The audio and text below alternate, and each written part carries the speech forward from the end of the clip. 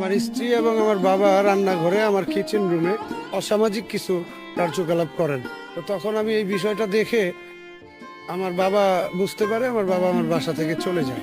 স্ত্রীর সঙ্গে বাবার পরকীয়া, পিতার বিরুদ্ধে পুত্রের মামলা। পুত্র ইব্রাহিম জানান 2008 সালে রুবিনা বেগমকে বিয়ে করে দীর্ঘ 18 বছর সুখে সংসার করেছিলেন তারা। 3 সন্তানের জনক ইব্রাহিম 2024 সালের ফেব্রুয়ারিতে পরিবারের আর্থিক সচ্ছলতার জন্য সৌদি আরবে যান।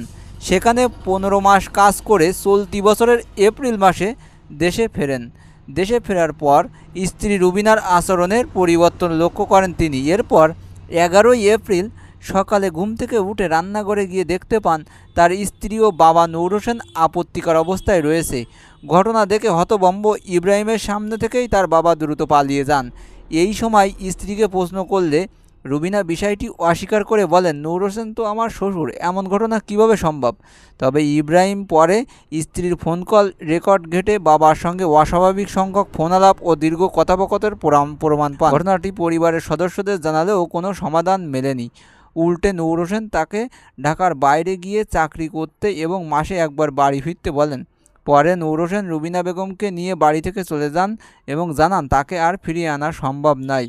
আর বন্ধুরা, এইসব আজগুবি ভিডিও পেতে আমার চ্যানেলটা সাবস্ক্রাইব করতে পারো, আর ভালো লাগলে লাইক দিতে ভুলবে না। ভালো থাকো।